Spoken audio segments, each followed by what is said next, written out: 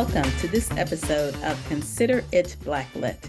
I am Kim Singleton, your host, and for those of you tuning in for the first time, Consider It Blacklit highlights films, television programs, and stage plays featuring African Americans up front and behind the scenes.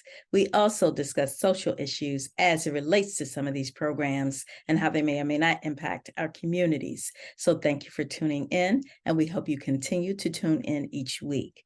Today, it is my pleasure to have one of the founding members of the Wind Quintet, Imani Winds. Please welcome Monica Ellis. Welcome, Monica. Thanks for having me, Kim.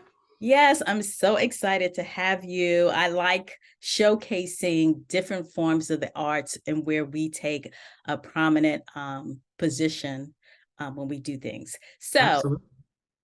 Why don't you tell our audience a little bit about your background and how you became a musician? Happy to. I'm originally from Pittsburgh, which is an incredibly musical city, from in the jazz world and mostly in the jazz world, but somewhat in the classical as well.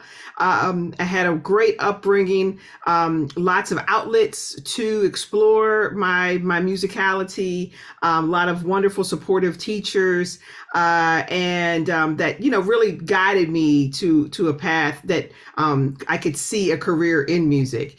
And so I eventually ended up at Oberlin Conservatory, where I studied bassoon performance after being introduced to the bassoon in high school by, again, really influential teachers.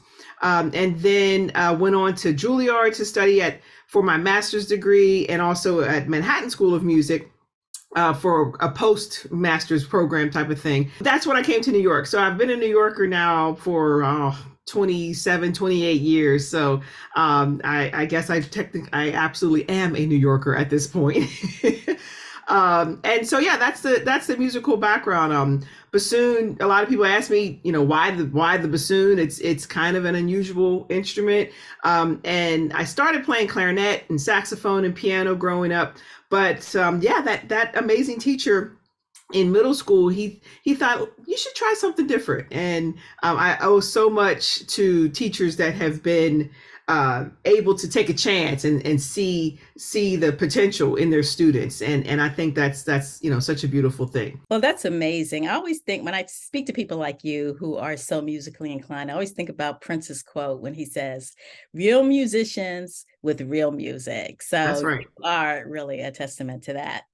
Yes. So chamber music is not really the type of music that's out on the forefront. Tell our audience, what is chamber music and how did Imani Winds get started? Yes. Well, chamber music, it's been around for all the centuries, the millennia that classical music has been a thing. In fact, it really has its origins before symphonic works. And so what it implies is chamber within a small space, music within some type of small space or a chamber, which before, in 17, 1800s Europe, that was the entertainment. There was obviously no form of a radio or television. So having live musicians in your home, of course, this is for the affluent, having live musicians in your home in some type of chamber space was the norm. And so small, what the actual definition is any type of small ensemble performing music. And that could be a trio, a quartet, a quintet. Modern times now things have evolved where there are standard configurations of chamber music. And so many people may know, even if you don't know much at all about classical music, you may have some knowledge or some sense of a string quartet. That's probably the most popular chamber music ensemble. So within the strings, yes, that's very popular. But for the winds, we have a wind quintet. And so the instrumentation for a wind quintet is flute, oboe, clarinet, French horn, and bassoon. So we've got chamber music happening in small quarters and small settings. But for sure, orchestra was happening side by side. And right along with that. And so the chamber music would occur when you would just pluck the principal players from the orchestra. and put them together in that small group. Okay, so fast forward. Imani Winds. We began in 1997. It was founded and started really by our now former flutist, founding former flutist, Valerie Coleman, who is an incredible visionary composer, of course, a flute player. It was her brainchild to put together the people that would make up a wind quintet, the flute, oboe, clarinet, bassoon, and French horn, made up though of musicians of color. She had a very specific vision here in New York City to kind of take her own destiny in her, put her destiny in her own hands and create a group that would be a vehicle for her music, but also representing underheard musicians and composers of color. The word underrepresented is a big word out there too. Lately, we've been trying to say underheard because we out here, we are represented. You know, it's the representation is actually, well, of course that is part of the problem, but you know, in many ways we are out here doing the thing and been doing the thing. But it's just that access. It's just the hearing of what we're writing and what our community is offering in the classical music world. That's what is not happening. So she had this idea, found the people, which was no small task, but kind of tracked folks down. I get this cold call one day and say, you don't know me, but I got your name from so-and-so. I'm trying to put together a group. I already have the name of the group. It'll be called Imani Winds. I'm like, okay, sure. We found ourselves, those original 5, found ourselves in a practice room at Manhattan School of Music. And there was some immediate chemistry. We really kind of felt like there was something special was going on here. We really were kind of all focused on that large goal of making music by people of color, for people of color, but then for everybody too, recognizing that this does not have to be just one for one demographic, but truly having our people see us do this was and is a big part of the whole thing.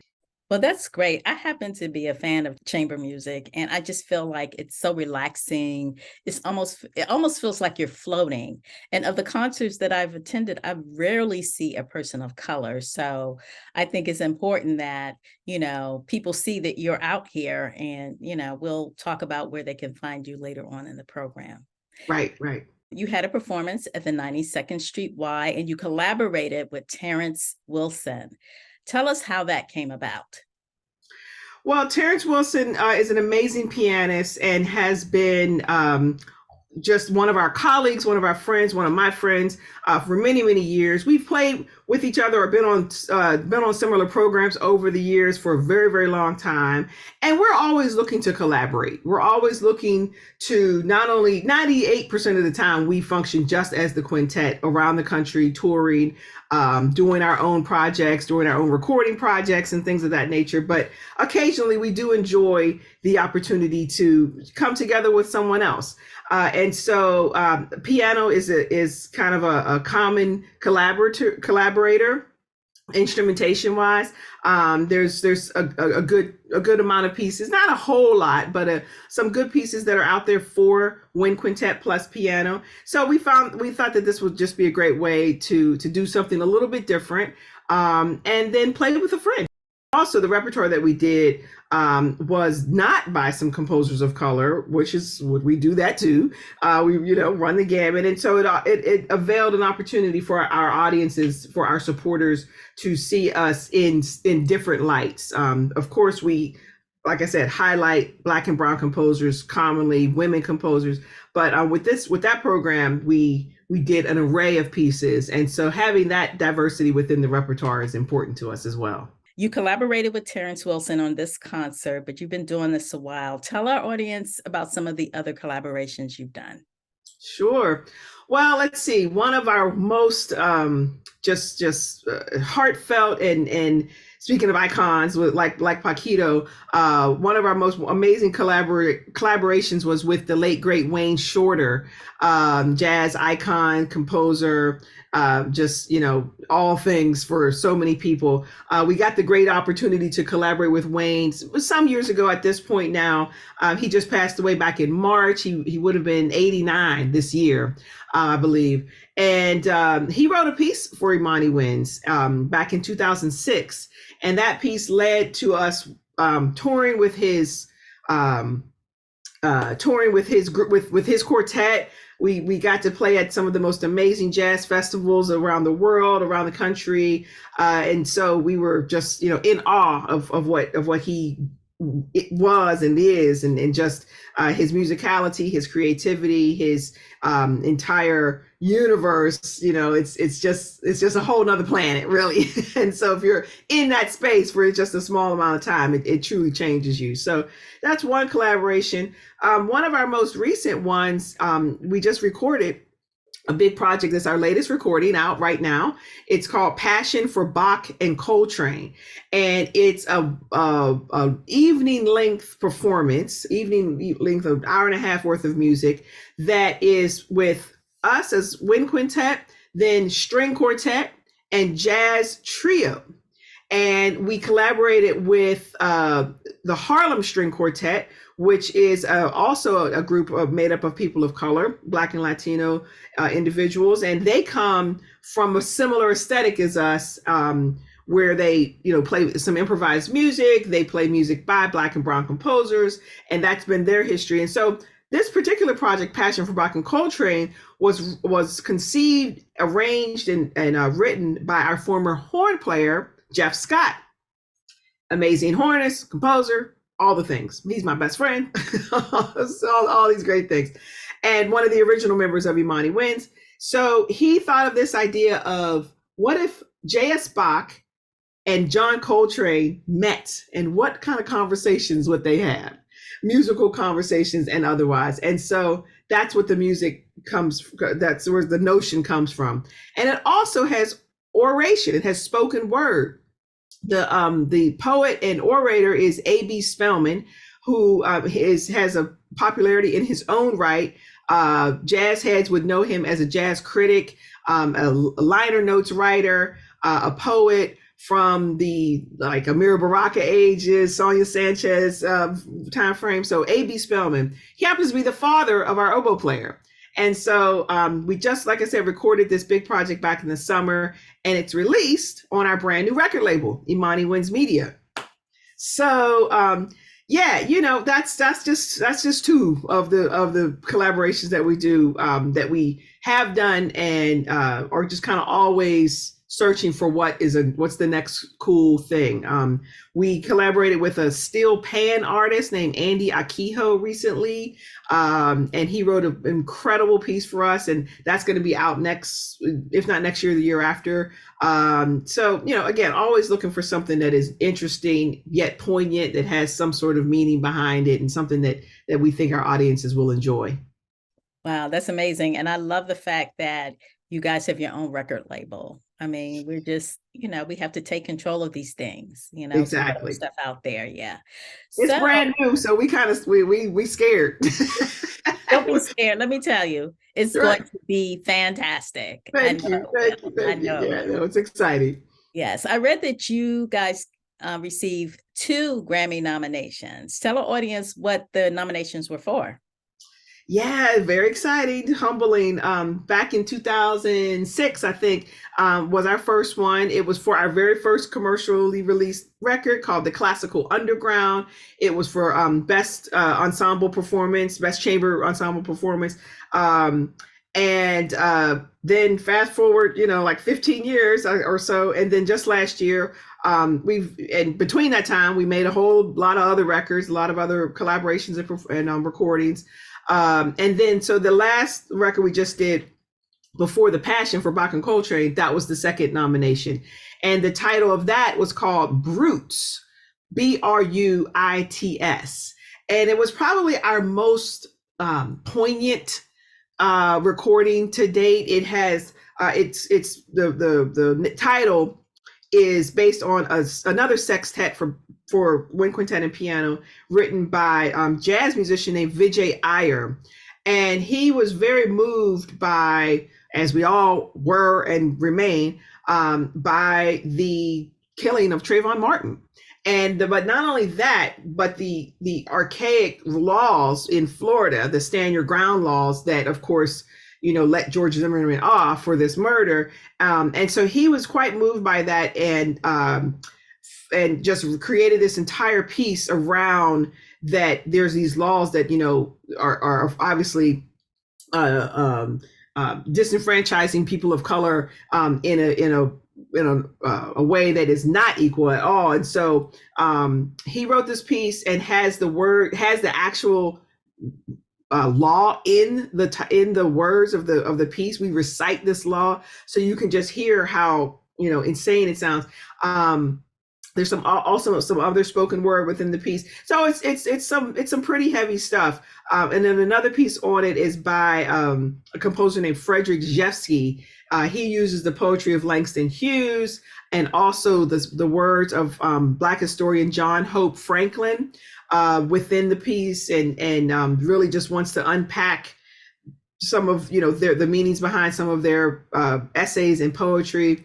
And then we have a piece by an Indian American composer named Rena Esmail, and she's just a beautiful person and composer, and that's kind of the heart of the piece. We have these two bookends that are pretty, heavy stuff to absorb, but then, just this beautiful piece right in the middle. And so we were lucky enough to receive another Grammy nomination for that. Got to go to the Grammys again, and super exciting. So, we're always as they say, it's wonderful to be nominated. We're hoping for a win next time. Well, you know what? That's huge to be nominated for a Grammy. Major, That's huge. major. Don't understate that. Yeah, absolutely. No, it's major. No, we're very humbled and very grateful for the support that we receive. For those two, and hope for more, for sure. Yes, and you will get nominated for more. I'm sure of it. So Imani Winds has a commitment to education. Tell the audience about some of the educational programs that you guys have implemented or participated in. Yes.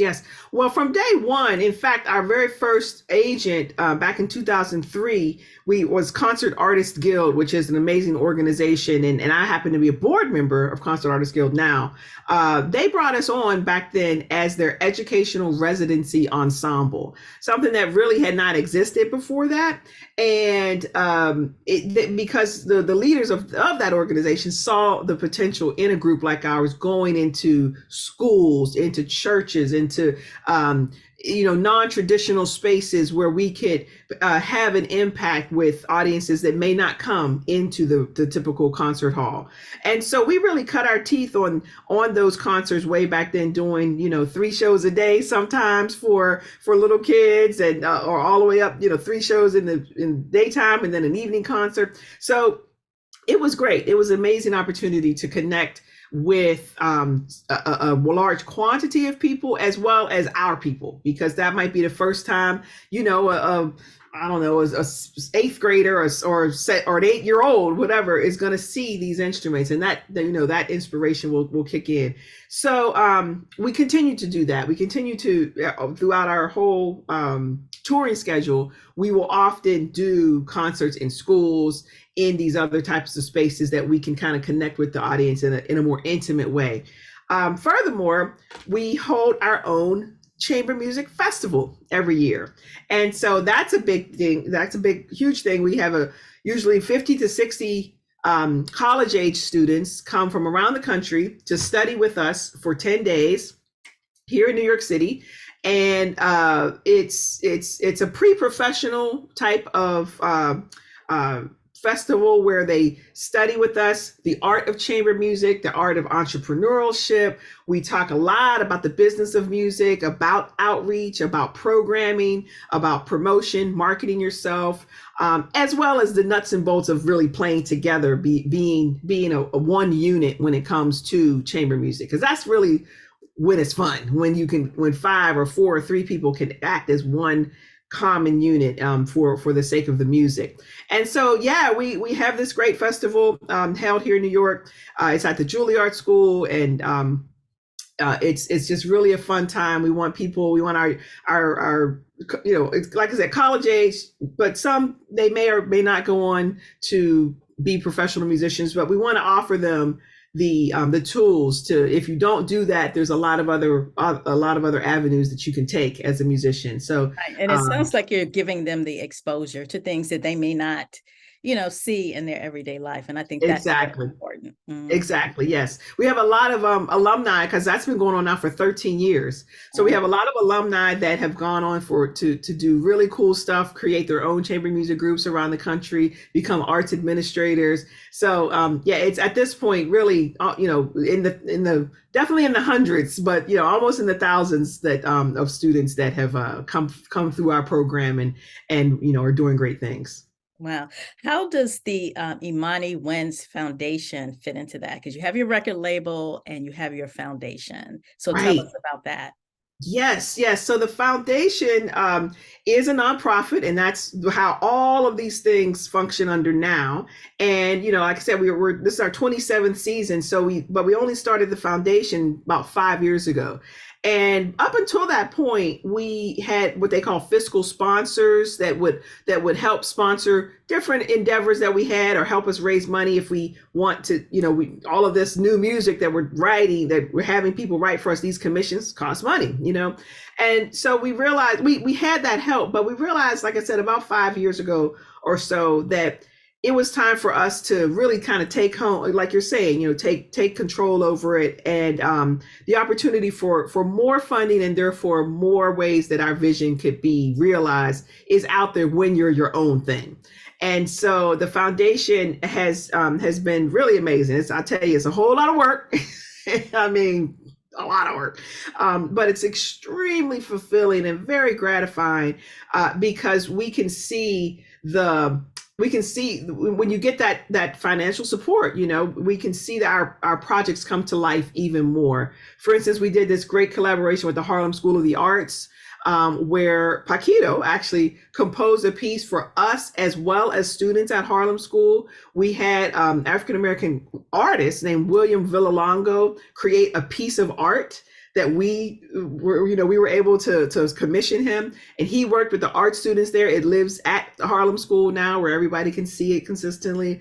And so that would not have happened without the foundation. So it's absolutely through generous contributions from individuals, as well as bigger organizations and government funding, that allows for us to do all of these things that we would want, to do, but now we can do on a larger scale. So again, a lot of work, but very, very gratifying. So ImaniWinds.com if anyone feels compelled to contribute to our foundation nonprofit.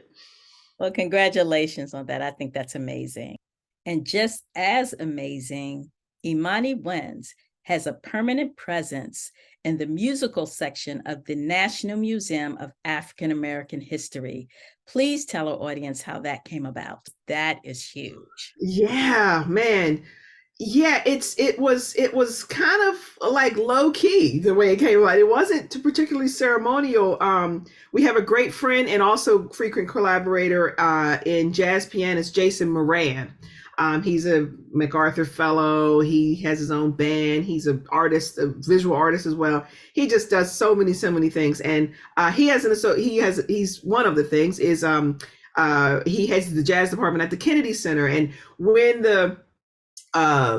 when certain parts of the museum were being populated, if you will, in the music department, I just end up getting this kind of, like, again, not very ceremonial email about the possibility through Jason's efforts, since he's in DC and a part of that world, of us being in the museum. And I got to tell you, to be totally honest, I didn't quite grasp the magnitude of it. The museum had not opened yet at that point, but very quickly, I came to realize, whoa, this is happening. Like us, and then Jesse Norman and Kathleen Battle, like standing next to these icons, and yeah. So it is, again, incredibly humbling, and that our little mark is in there, representing so many people that have come before us, and that we hope will come after, and we just hope the inspiration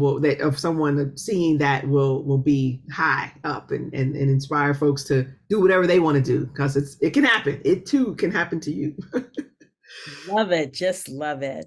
Well, we are running out of time for this episode, but I do want you to tell our audience how they can follow you on social media, as well as where they need to go, to keep up to date on what Imani Winds is doing and where they're performing? Absolutely. Yes. ImaniWinds.com. I know websites, socials are so prevalent that, the people still go to websites, but ImaniWinds.com houses all of our activities, our performance schedule, our media discography, where you can link to all the places where you get music, where you stream music. You can see our videos of us. We're on YouTube. We're on Facebook. We are on Instagram. So just, find us at type in Imani Winds, and you will find us on all of those platforms. The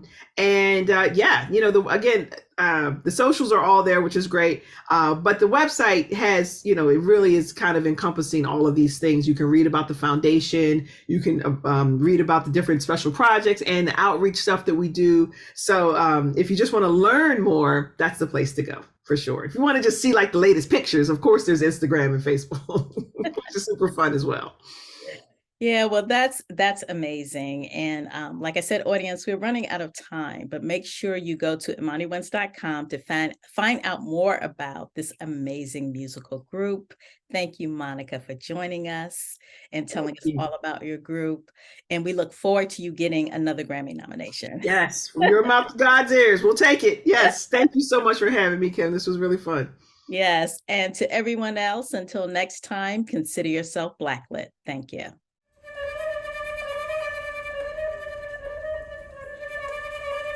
Mm-hmm.